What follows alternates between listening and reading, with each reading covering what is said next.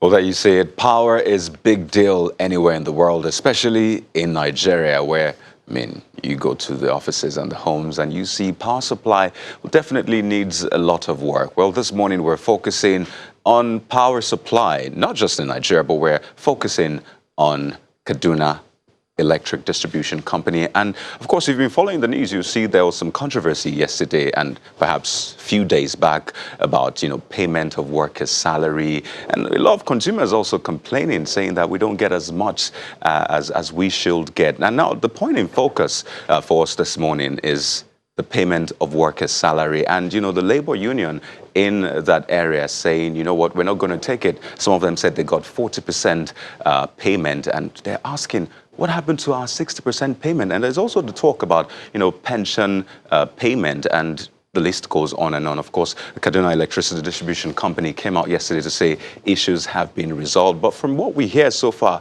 it appears as though there's a lot that needs to be sorted. So this morning, I will be speaking to the parties concerned just to sort of get a sense of what is happening and kind of allay the fears of consumers who are wondering, while this is going on, what happens to supply of electricity? Let me start by saying that, of course, unfortunately for the month of September, we were unable to pay all our staffs their full entitlements, and yes, the reason is because of the very poor collection that we had. And in addition to that, also the very stringent regulations that are being imposed on us by regulatory agencies in the country. And like we have always been warning, so long as these regulations become unbearable, they will have severe consequences. And this is one of them that we're seeing. We have been unable to generate enough sufficient funds to pay all our statutory obligations, all the market invoices, and then also pay salaries. And because of that, we had no choice but to stagger some of the payment. But we assure all our staff, we have already communicated to them that the remaining balances will be paid before the end of the month. So it's just a little hiccup that we had, and this will be resolved before the end of the month. And all our staff know that since we took over this company over 5 years ago, this has never happened. This is the first time it's happening in 5 years, and there's a reason. And like I said, it's because of the pressure that we are facing from the market. The market is insisting now we have to pay our MO bills 100%, which wasn't the case before. And they know that there are so many challenges we are facing. The issue of non-payment of prompt payment of bills by customers, the issue of meter bypass and energy theft. These are issues that cause a lot of drain on our resources, and here we are where we are. But that notwithstanding, we continue to push and ensure that the remaining balance of our staff salaries will be paid before the end of the month. Let's go ahead and get to this now. It's a bit tricky, so we have to just get them where they were, wherever they were. We just have to just bring them in somewhere, and then let's get quickly, because consumers there need, what you can't do without power supply. So we've got Abdulaziz Abdullahi, spokesperson, Kaduna Electricity Distribution Company. You may have just seen him. As well as we also have Simanta Ali, who is a Deputy President, National Union of Electricity Employees, that's NUEE. They both join us from a location in Kaduna. Gentlemen, good morning, and thank you for joining us today. Let me start with you, Comrade Ali, about why you decided to protest yesterday in the first instance, because they say, look, this has been sorted. What's going on, and has it been sorted? Yeah, thank you. Why we decided to protest yesterday was because of our salary. As you know, yesterday was 15th, and even as I speak to you now, a lot of my members have not received their salary, and the ones that received salary, they were paying them on percentage. And we said we can't take salary on percentage. That was the reason why we protested.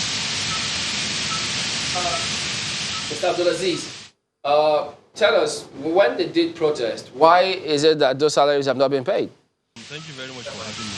Let me start by saying that the protest was totally uncalled for. There was absolutely no need for it.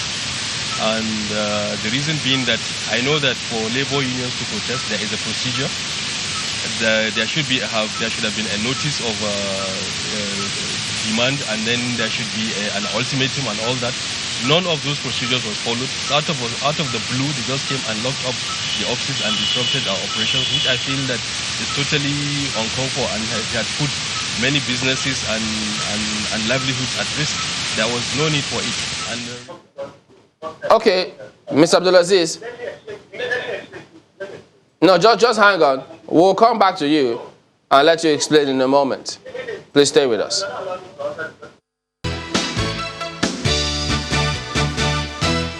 All right, welcome back. Let's get back to Kaduna. Mr. Abdullahi was making a point. He's a spokesperson of KEDC. Mr. Abdullahi, please go ahead.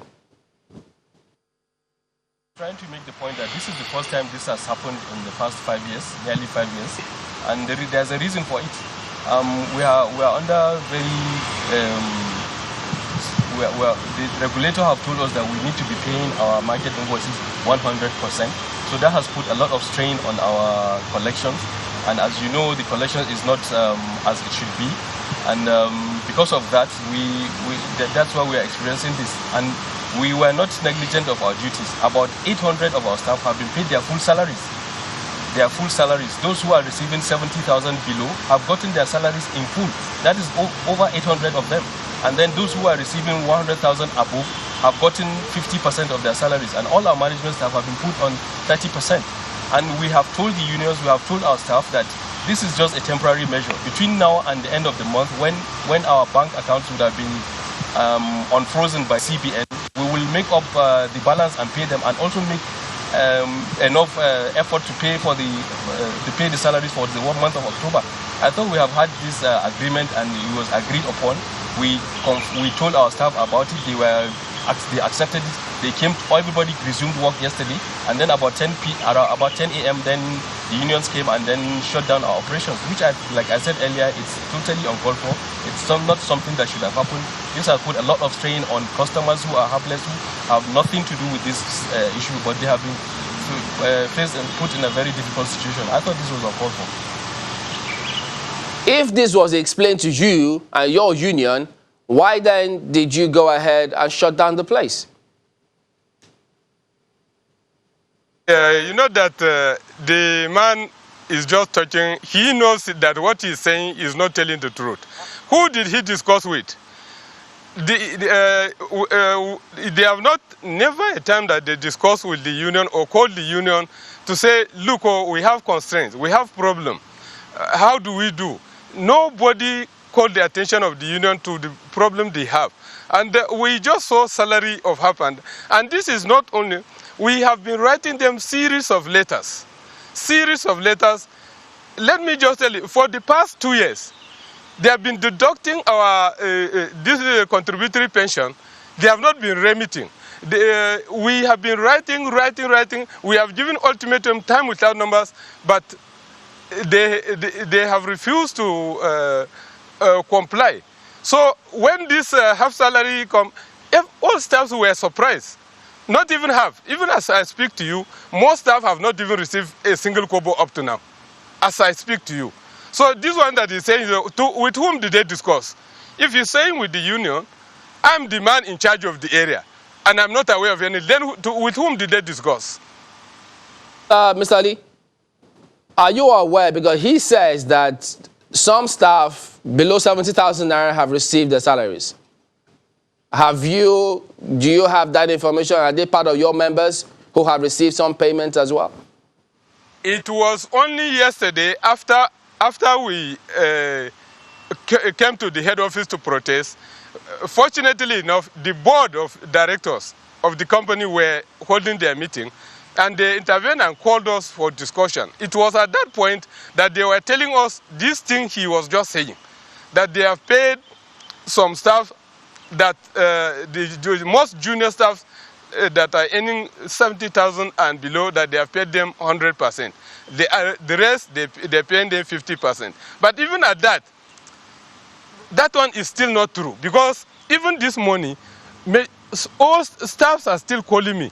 They have not received their salary. And somebody who is receiving maybe 140,000 or 50, you are giving him 40,000. Is that on 50%?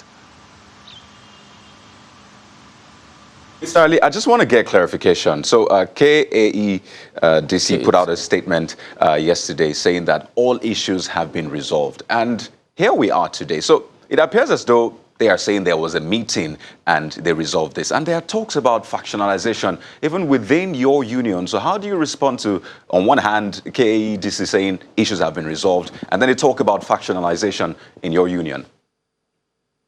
I don't know with whom they resolved. That's what I'm saying. With whom?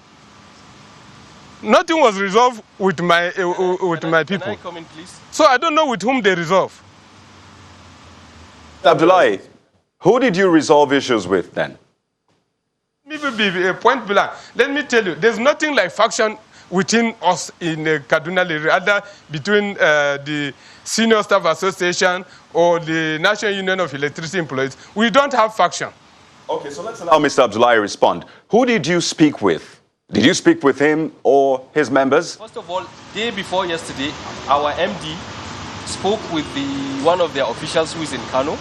Of course, I accept that it wasn't a formal meeting, but it was an engagement. He was told about the issues at hand and the challenges we are facing and what we plan to do with the payment of the salaries. And then he said he was going to revert to his members. And then, unfortunately, yesterday we thought that they were going to come and then we will sit down and have a meeting, but that didn't happen. And then suddenly they disrupted the whole operations. And remember, we had earlier fixed a meeting for Thursday next week, tomorrow. But because of their actions yesterday, that meeting was moved forward to today. And we hope that later today we will have that meeting and then resolve all issues. And then secondly, yesterday, like he told you, there was a board of directors meeting which our chairman intervened when they were protesting. And then we had a sit down of nearly 2 hours discussing the issues. And then they said that they were going to revert. They needed a time off to go and consult amongst themselves and then come back to us. And then they did that for nearly 30 minutes or more than that. They did that. They came back to say that they had not reached Ajero. The Ajero was locked in a meeting with the minister over the minimum wage issue. So we had the impression that things had been what we presented, what we tabled to them about how we are going to tackle the salary issue had been accepted by them. All they needed was clearance for Ajero to call off the action. But I don't know whether they eventually got him or not. But as far as we were concerned, we were of the impression that issues were resolved. And the issues are simple. We said that salaries, the balance of the salaries are going to be paid. There is no doubt about that. But right now, we needed to boost our collections. We needed to improve the money that we are putting in the account so that by the time the window opens on the 24th, we'll have sufficient salaries to pay staff their balance. But with this action now, how is that going to be possible? You have shut down the operations. The only window we have to collect monies to generate enough funds to pay the salaries, you have shut it down. So who is the strike? Who is the shutdown helping? Is it helping unions? Is it helping the company? Is it helping the staff? I just don't understand. Mr. Abdullahi, so what is the point of it in the first place? Mr. Abdullahi, as at last month, the NERC had said that your organization should have circulated the prepaid meters to the point that by now you should be able to, get the prepaid meters out so that it's easier for you to collect. One moment, Mr. Abdullahi. And that, you can have installmental payment off the prepaid meters so that you don't say upfront only, but installmental payment for the prepaid meters that you'll install for your subscribers so that revenue collection can be easier for your organization. How far with that? Like I said, that is not let's not confuse the issues. The issue of metering and MAP is entirely a different ballgame. Like the NERC has listen. Let me take you down. Let me explain. Let me explain. What I'm saying is that there are challenges with MAP, and those challenges have nothing to do with us. They are to do with the regulation and the MAPs themselves. So you need to ask them, why have they not provided the meters that they promised NAC they were going to provide? So that's the point I'm trying to make. So that aside, coming back to the issue of the strike, like I said, we have already tabled before the unions our plan to pay the outstanding balances, but they still insist on doing this action, which is hurting not only the company, but the unions themselves and their members, and unfortunately, customers who have no reason to suffer this untold hardship. One of the issues they also raised with you, Mr. Abdullahi, is that you have been deducting pensions from them and they have not been paid to their PFAs. How do you respond to that? You made a point about the factions. There are two in-house unions, NUI and SAYEC. SAYEC is not part of this shutdown. You can ask their officials. They are not part of this shutdown. Yesterday, they were supposed to have a meeting with NUI in the morning. That was the arrangement. They were in the office waiting for NUI to come. Suddenly, NUI went ahead and shut down offices without any recourse to SAYEC. Verify this from SAYEC officials. They are there. We met with them yesterday afternoon, and they told us they are not part of this shutdown. So it's for him to say that they are together with SAYEC on this is totally untrue, and he knows it. Ask your reporters to go and talk to the SAYEC officials. They are right there. They can meet them today. All right, Mr. Ali, in addition to your response to that, we understand that your union is also protesting that they reverse the license of KEDC. Is that the case? We have never said that. We have never said that. All right, tell us about... What we are saying is... Go ahead. Okay? What we are saying is they should do the right thing. But I said yesterday that right from day one, the union has set the time without general from 2002 or 2003 when the issue of privatization started. The union has been against it. Why? Because we have said that Nigeria is not up there to the stage to privatize its utility agencies. Because about 70% of Nigerian populace, as we speak now, have no electricity in their places. Then if you privatize just 30%, what happens to the 70% of the population that don't have supply? Secondly, we said put the network in a proper shape before you hand over to investors. What we were saying that time, we were not even against the investors. We are trying to make sure that things were put in proper shape before privatizing. Let me jump in and ask both of you. Gentlemen, we'll have 60 seconds or less each for both of you. Mr. Adi, tell us, what will be the way forward now? The solution to this our protest is they should pay our salary, one, pay our pension deductions that they have been deducting for 2 years. 3, as I speak to you, I said it yesterday, nobody in this Kaduna Electric today that will tell you this is his grade level. No, there's no salary plan. They only employ and give you whatever they want to give. Nobody knows his position in this company. All right. Which never happened anywhere in the world. Okay. If you are employed, you should be able to know which position you are employed on. All right, hang on. Mr. Abdullahi, what's your response to the solution to this, given what he has raised? Let's be clear. The reason why we had a shutdown yesterday was because of the salaries.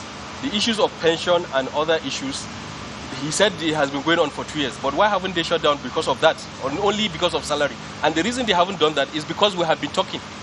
We have been having meetings, and they may not produce this desired result, but they know the situation the company is as far as collections are concerned. And we have explained to them, and they know that. That is why we have reached an agreement. That's why they didn't take any action in the past 2 years concerning all those issues.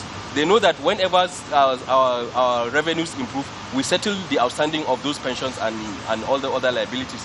That is the fact. The fundamental issue yesterday was because of the salaries that they were not paid, and we had, like I said earlier, we have a plan to resolve that issue. I see no reason, totally no reason why what happened yesterday should have happened. And I made the point yesterday. There are procedures. There are procedures for this kind of shutdown to happen. Mr. Abdullahi, the NLC was locked in negotiations with sorry, let me intervene here. Well, gentlemen, for NLC and a separate one. We need to go. We hope that you don't end. We're ending on that note, but we hope that both of you will be able to come together and meet, have an agreement, because at the end of the day, it is the consumers that are suffering as a result of all of this. But you've seen that we've been speaking with Mr. Simanta Ali, who is the Deputy President of the National Union of Electricity Employees, NUUE, Kaduna branch, as well as Abdulaziz Abdullahi, who is a spokesperson of KEDC. We will be back in a moment. Stay with us.